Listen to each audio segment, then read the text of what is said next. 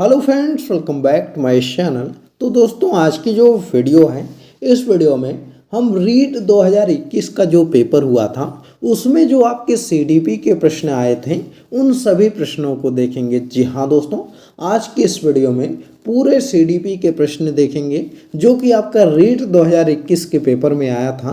तो दोस्तों, अगर आप रीट एग्ज़ाम की तैयारी कर रहे हैं तो यह वीडियो आपके लिए बहुत ही इम्पॉर्टेंट है। इस वीडियो को आप लास्ट तक अच्छे से देखिएगा, क्योंकि दोस्तों क्या होता है कि जो प्रीवियस ईयर पेपर हुए रहते हैं उसी के आधार पर आपका पेपर बनता है। और बहुत बार जो है कि रीट में आपका प्रीवियस ईयर से क्वेश्चन डायरेक्ट पूछे गए हैं। तो इसलिए आप इस वीडियो को अच्छे से देखिएगा और सभी प्रश्नों को अच्छे से तैयार कर लीजिएगा। चलिए दोस्तों, वीडियो को स्टार्ट करते हैं। तो पहला प्रश्न है कि अल्बर्ट बंडूरा द्वारा प्रस्तावित अधिगम का सिद्धांत है। जी हाँ दोस्तों, पूछा गया है कि अल्बर्ट बंडूरा द्वारा प्रस्तावित अधिगम का सिद्धांत क्या है। ऑप्शन है शास्त्रीय अनुबंधन सिद्धांत, दूसरा है संज्ञानात्मक सिद्धांत, तीसरा है आपका अंतर्दृष्टि का सिद्धांत और चौथा है सामाजिक अधिगम सिद्धांत। तो देखिए दोस्तों, यहाँ पर अगर हम बात करें तो अल्बर्ट बंडूरा द्वारा जो प्रस्तावित अधिगम का सिद्धांत है वह आपका क्या है, तो वह आपका सामाजिक अधिगम का सिद्धांत है। जी हाँ दोस्तों, डी वाला विकल्प आपका सही हो जाएगा। सामाजिक अधिगम का सिद्धांत जो है वह अल्बर्ट बंडूरा द्वारा प्रस्तावित अधिगम का सिद्धांत है। तो इसको आप याद रखिएगा, डी वाला विकल्प सही हो जाएगा। अगला प्रश्न है कि दिया गया है कि रेमंड कैटल द्वारा कितने व्यक्तित्व कारक प्रस्तावित किए गए हैं। जी हाँ दोस्तों, पूछा गया है कि जो आपके वैज्ञानिक थे रेमंड कैटल साहब, इनके द्वारा कितने जो है कि व्यक्तित्व कारक प्रस्तावित किए गए हैं। तो देखिए, अगर हम बात करें तो कैटल ने जो है वह कुल कितने, तो 16 जो है वह व्यक्तित्व कारक प्रस्तावित किए हैं। तो इसको आप याद रखिएगा, सी वाला विकल्प सही हो जाएगा। अगला प्रश्न है, निम्न में से कौन सा मैस्लो की आवश्यकताओं के पदानुक्रम में सम्मिलित नहीं है। जी हाँ दोस्तों, पूछा गया है कि मैस्लो के आवश्यकताओं का पदानुक्रम में सम्मिलित नहीं है। ऑप्शन है दैहिक आवश्यकताएं, दूसरा है स्नेह एवं संबद्धता, तीसरा है व्यक्तित्व एवं समूहवाद और चौथा है आत्मसिद्धि।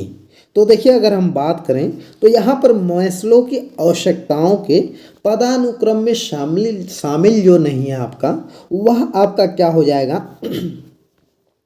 तो वह आपका है व्यक्तित्व और समूहवाद। जी हाँ दोस्तों, व्यक्तित्व और समूहवाद शामिल नहीं है। इसके अलावा आत्मसिद्धि हो गया, या स्नेह एवं संबद्धता हो गया, या दैहिक आवश्यकताएं हो गई, यह सब मैस्लो की आवश्यकताओं में शामिल है। तो इस चीज़ को याद रखिएगा।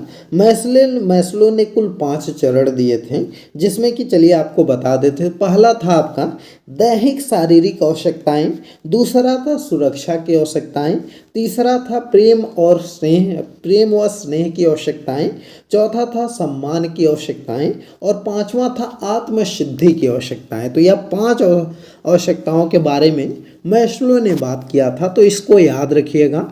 चलिए अगला प्रश्न देखते हैं। अगला प्रश्न आपका है कि एक व्यक्ति में एक समय पर 2 विपरीत इच्छाओं का होना कहलाता है।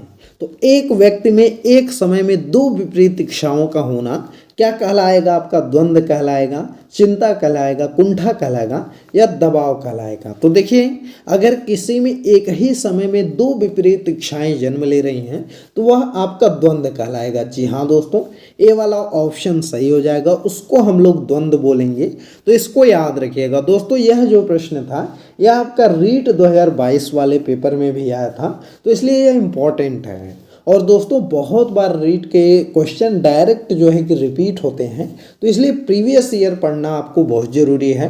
और दोस्तों, प्रीवियस ईयर इसलिए भी ज़रूरी होता है क्योंकि जो आपका पेपर होता है वह प्रीवियस ईयर के आधार पर ही बनता है।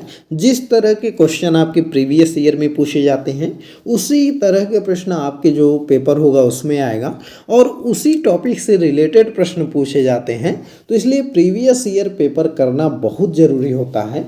अगला प्रश्न है, निम्नलिखित में से कौन सा अनुसंधान स्टीफन कोरे से संबंधित है। तो अनुसंधान स्टीफन कोरे से संबंधित क्या है पूछा गया है।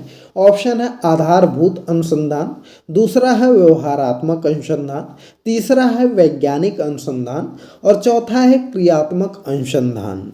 तो देखिए अगर हम यहाँ पर बात करें तो यहाँ पर जो आपका सही आंसर हो जाएगा वह हो जाएगा क्रियात्मक अनुसंधान। जी हाँ दोस्तों, जो है कि आपका अनुसंधान स्टीफन कोरे से जो संबंधित है वह है क्रियात्मक अनुसंधान। तो इसको आप याद रखिएगा, डी वाला विकल्प सही है। अगला प्रश्न है कि उपचारात्मक शिक्षण किस प्रकार के बालकों के लिए प्रयुक्त होता है। जी हाँ दोस्तों, पूछा गया है कि जो उपचारात्मक शिक्षण होता है यह किस प्रकार के बालक के लिए प्रयुक्त होता है। ऑप्शन है तेजी से सीखने वाले बालक के लिए, या धीमे सीखने वाले बालकों के लिए, या प्रतिभाशाली बालकों के लिए, या रचनात्मकता से सीखने वालों के लिए। तो देखिए अगर हम बात करें तो यहाँ पर जो आपका स्टीफन जो आपका उपचारात्मक शिक्षण है यह आपका जो संबंधित है वह धीमे सीखने वालों से है। जी हाँ दोस्तों, उपचारात्मक शिक्षण हम उन्हीं बालकों पर करेंगे जो कि आपका जो है कि धीमे सीखेंगे। बाकी जो बच्चा तेजी से सीख रहा है या प्रतिभाशाली बालक है या रचनात्मकता वाले बालक हैं, तो ऐसे बालकों को हम क्यों उन पर जो है कि उपचारात्मक शिक्षण करेंगे। तो इसलिए बी वाला ऑप्शन आपका सही हो जाएगा। चलिए अगला प्रश्न देखा जाए। अगला प्रश्न आपका है कि शिक्षण की खेल कूद विधि किस सिद्धांत पर आधारित है। जी हाँ दोस्तों, खेल कूद विधि पूछा गया है। तो देखिए अगर हम बात करें तो शिक्षण की जो खेल कूद विधि है यह आपका किस पर आधारित हो जाएगी। तो यह वृद्धि और विकास के सिद्धांत पर आधारित है। किस पर? तो वृद्धि और विकास के सिद्धांत पर आधारित है। इसको आप याद रखिएगा। अगला प्रश्न है कि एनसीएफ 2005 की राष्ट्रीय स्टीयरिंग समिति के अध्यक्ष कौन थे। तो देखिए एनसीएफ 2005 के राष्ट्रीय स्टीयरिंग समिति के जो अध्यक्ष थे वह आपके कौन हैं? प्रो कोठारी हैं, प्रोफेसर यशपाल हैं, या प्रो आपके जो है कि मेहरोत्रा हैं, या जो है कि प्रोफेसर राममूर्ति हैं। तो देखिए यहाँ पर जो सही आंसर आपका हो जाएगा वो प्रोफेसर यशपाल हो जाएगा। जी हाँ दोस्तों, प्रोफेसर यशपाल जो थे वह एनसीएफ 2005 की राष्ट्रीय स्टीयरिंग समिति के अध्यक्ष थे। तो इसको याद रखिएगा, इम्पोर्टेंट है।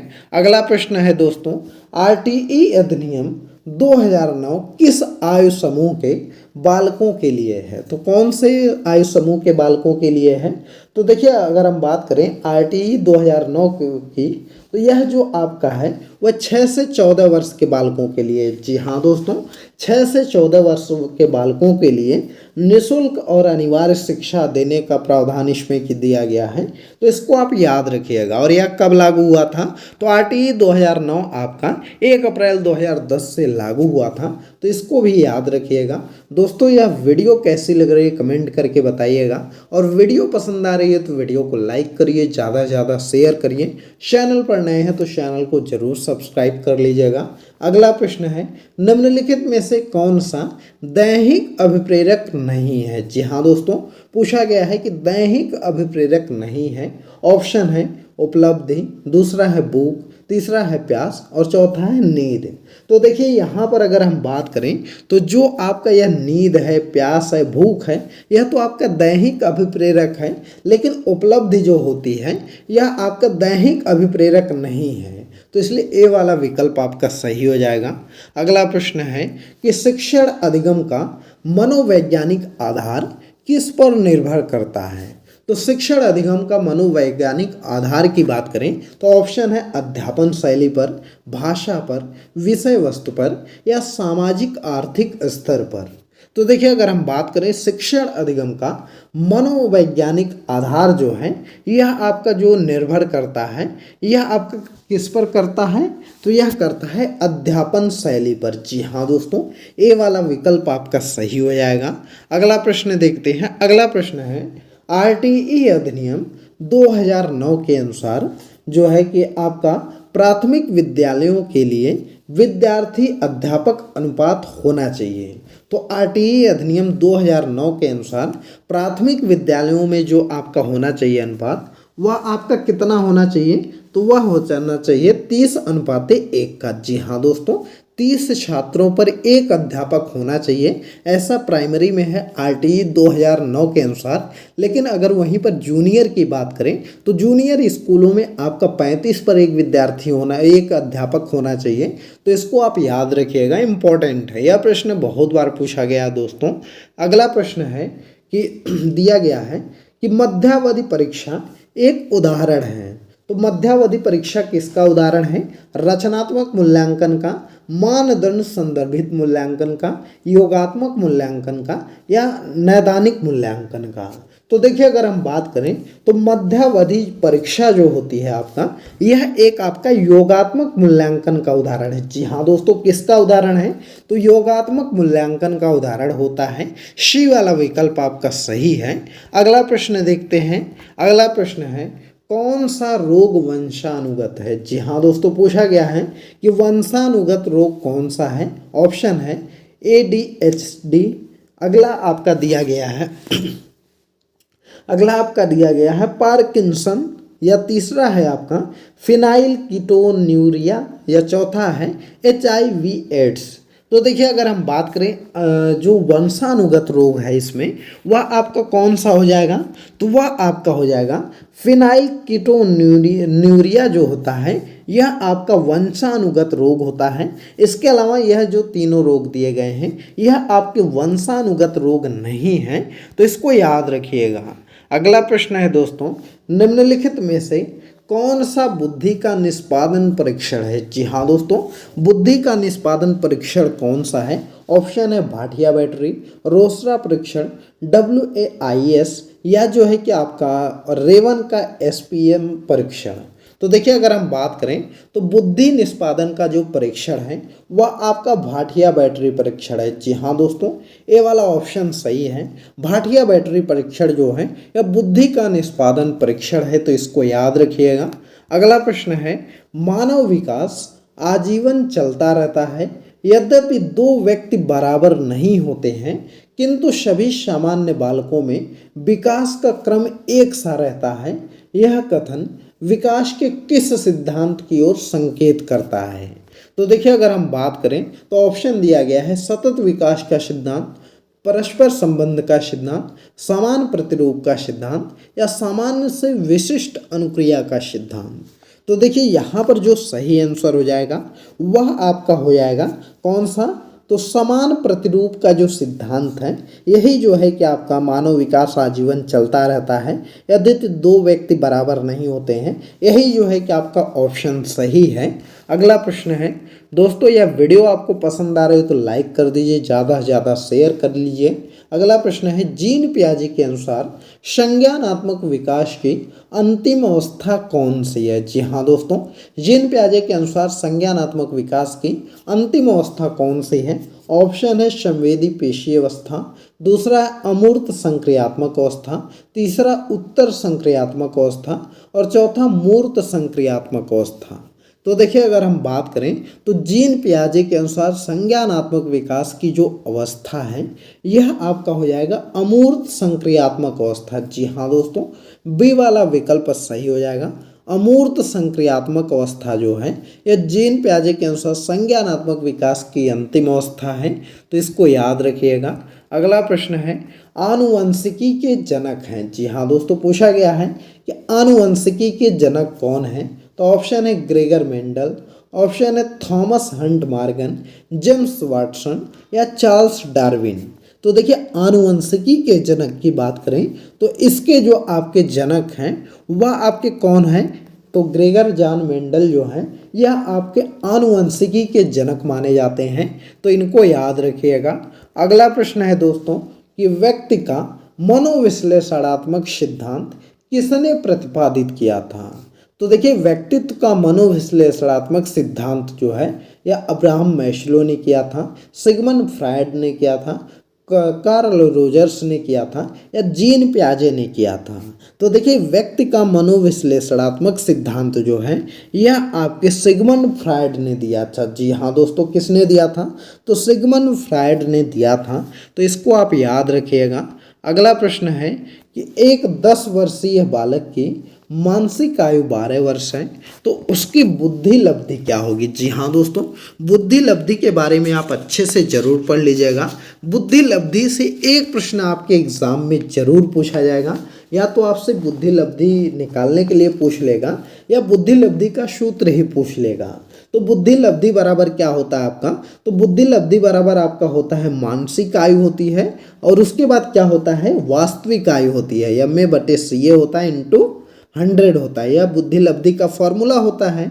बस इसी में आपको रख देना है, आपको मानसिक आयु की जगह 12 रख देना है, और जो आपकी वास्तविक आयु है वहाँ पर 10 रख देना है। चलिए रख लेते हैं, यहाँ पर 12 हो जाएगा और यहाँ पर 10 कर लेना। उसके बाद यहाँ पर 100 हो गया। उसके बाद आपको निकालना है, तो यह 0 से 0 कट गया और 12 का 10 में गुणा होगा तो कितना आ जाएगा 120 जो है यह आपका आंसर आ जाएगा। तो बालक की बुद्धि लब्धि कितनी हो जाएगी 120 हो जाएगी।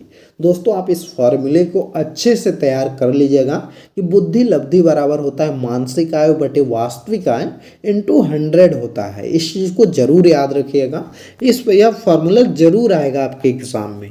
1 नंबर का प्रश्न आपको जरूर आएगा। अगला प्रश्न है कि व्यक्तिगत भिन्नता को निर्धारित करने में निम्न में से कौन सा जैविक कारक नहीं है। जी हाँ दोस्तों, पूछा गया है कि व्यक्तिगत भिन्नता को निर्धारित करने में कौन सा जैविक कारक नहीं है। ऑप्शन दिया गया है आनुवंशिकता, दूसरा है जन्मजात संभाव्य, तीसरा है अभिभावक बालक संबंध या शारीरिक स्वास्थ्य। तो देखिए यहाँ पर अगर हम सही आंसर की बात करें तो ऑप्शन है अभिभावक बालक संबंध जो है यह आपका जो है कि जैविक कारक नहीं है।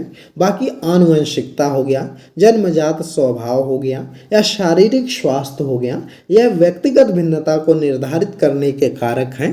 तो इसको याद रखिएगा। अगला प्रश्न आपका है कि डाउन्स संलक्षण का कारण है। तो डाउन संलक्षण का क्या कारण है। ऑप्शन है त्रिगुण सूत्रता 20, या आपका जो है कि त्रिगुण सूत्रता 21, या एक्स वाई गुणसूत्र, या आपका जो है कि त्रिगुण सूत्रता 22। तो देखिए अगर हम बात करें तो डाउन्स संलक्षण का जो कारण आपका है वह आपका क्या है, तो वह आपका त्रिगुण सूत्रता 21 है। जी हाँ दोस्तों, त्रिगुण सूत्रता 21 जो है यह आपका जो है वह अणुगुण सूत्रता 21 जो है यह डाउन्स संलक्षण का उदाहरण है। तो इसको याद रखिएगा। अगला प्रश्न आपका है कि विश्वसनीयता की अवधारणा से आशय है। तो विश्वसनीयता की अवधारणा से क्या आशय है। ऑप्शन है निर्देश की वस्तुनिष्ठता, प्राप्तांकों की बारंबारता, या मापन का उद्देश्य, या गणना की समरूपता।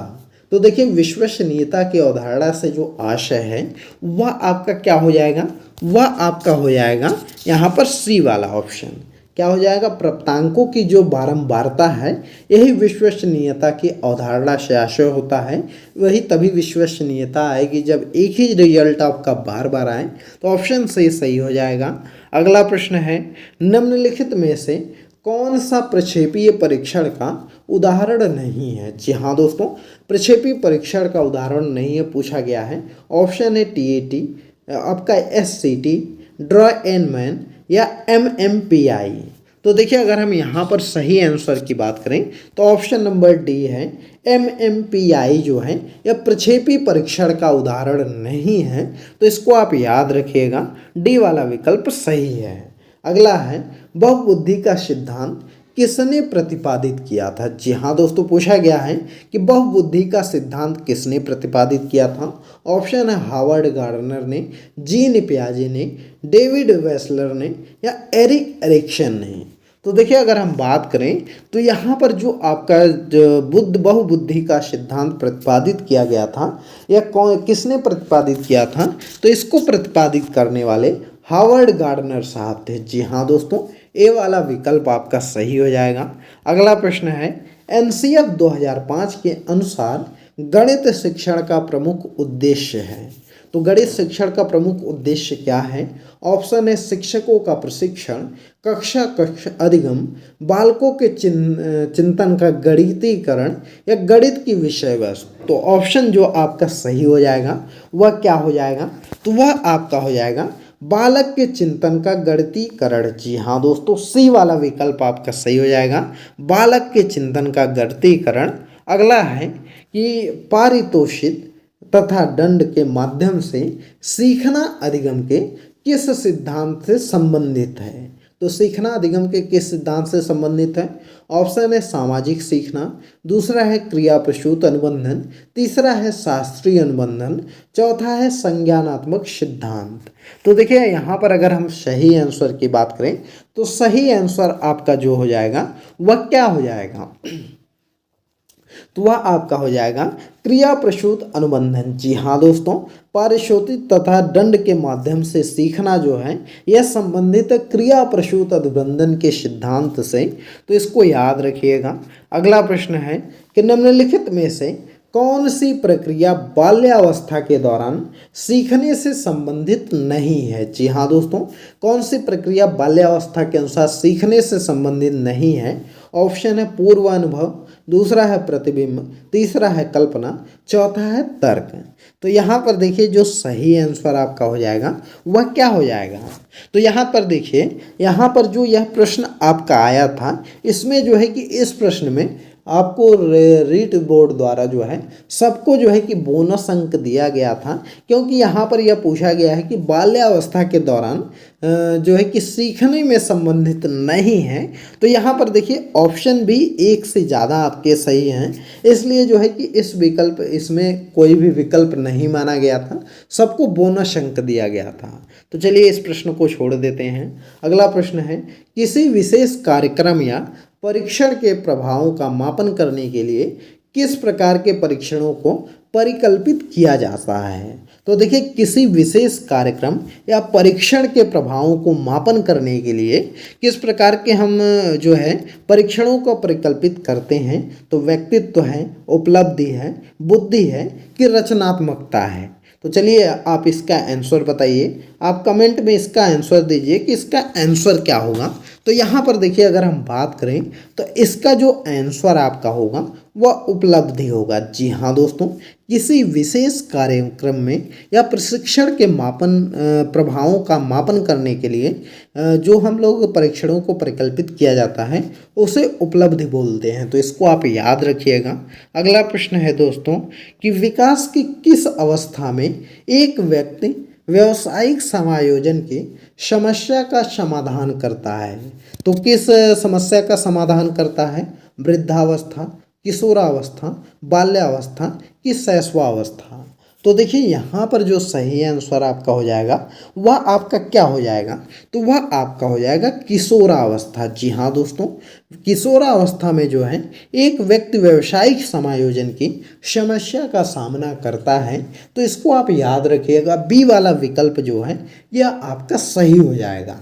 तो दोस्तों यह 30 प्रश्न आपके एग्ज़ाम में 2021 में जो रीट का पेपर हुआ था उसमें सीडीपी के प्रश्न आए थे, और यह जो 30 प्रश्न दोस्तों हैं इन सभी को अच्छे से आप पढ़ लीजिएगा, और जिस टॉपिक से यह प्रश्न आए हैं उस टॉपिक को भी अच्छे से पढ़ लीजिएगा, क्योंकि दोस्तों जो आपका एग्ज़ाम होता है वह प्रीवियस ईयर जो पेपर हुए हैं उसी के आधार पर होता है।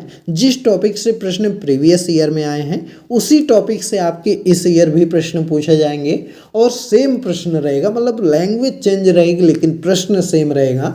इसलिए आप प्रीवियस ईयर पेपर को अच्छे से सॉल्व कर लीजिए। और दोस्तों हम अपने चैनल पर इस समय प्रीवियस ईयर करवा रहे हैं, तो अभी आपका जितना भी जो है कि पेपर हुआ है रीट का उसका प्रीवियस ईयर करवा देते हैं। सीडीपी का सबसे पहले, उसके बाद ईवीएस का करवाएंगे, फिर हिंदी का भी करवा देंगे, साथ ही में मैथ्स का भी करवाएंगे।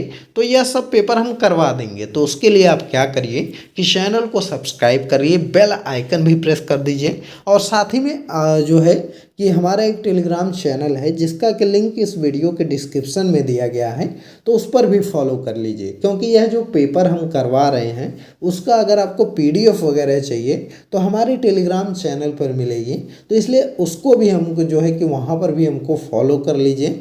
चलिए दोस्तों इस वीडियो को स्टॉप करते हैं। यह वीडियो आपको कैसी लगी कमेंट करके ज़रूर बताइएगा। वीडियो पसंद आई हो तो लाइक करिए, ज़्यादा से ज़्यादा शेयर करिए। चलिए मिलते हैं अगली एक नई वीडियो में एक नए टॉपिक के साथ, तब तक के लिए बाय बाय।